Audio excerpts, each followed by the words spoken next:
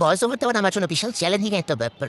কারণ আমি যখন ভিডিও চালু করি তখন কী বলবো খুঁজেই পাই না, কী চ্যালেঞ্জ দিব। ফালতু বিরক্ত লাগে ভয়েস ওভার দেওয়াটা। ভিডিও করি, এডিট করি, বাপরে বাপ, পুরো সময় তো বেশিরভাগ এডিটে গাইতে যায়। তাহলে আবার ভয়েস ওভার দিতে হবে গান, হ্যাঁ? হয় মানুষের গান লাগায় ধুমটানা দেখাইতে হয়, আর নয়তো ভয়েস ওভার দিতে হয়। আমি এমনি ভিডিও দিব, দেখে দেখবেন, না দেখলে নেই। যারা না দেখবো তাদের চোখে ঠাড়া পড়ুক। রান্নার সব মশলাপাতি দিয়ে রেডি করে ফেলছি, একটা ব্যাটারের মতো আর কি।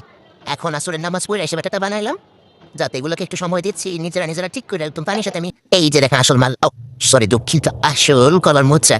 এটাকে সকালবেলা আস্তে আস্তে করে কেটে হলুদ লবণ দিয়ে একটু সিদ্ধ করে নিছি আর কি। নাহলে যে কোয়েস্টটা উফ, এ বিলাই তুই দেখাস ক্যাম্প পিছন কেন হাঁটতেছিস? উফ চুকাট কথা।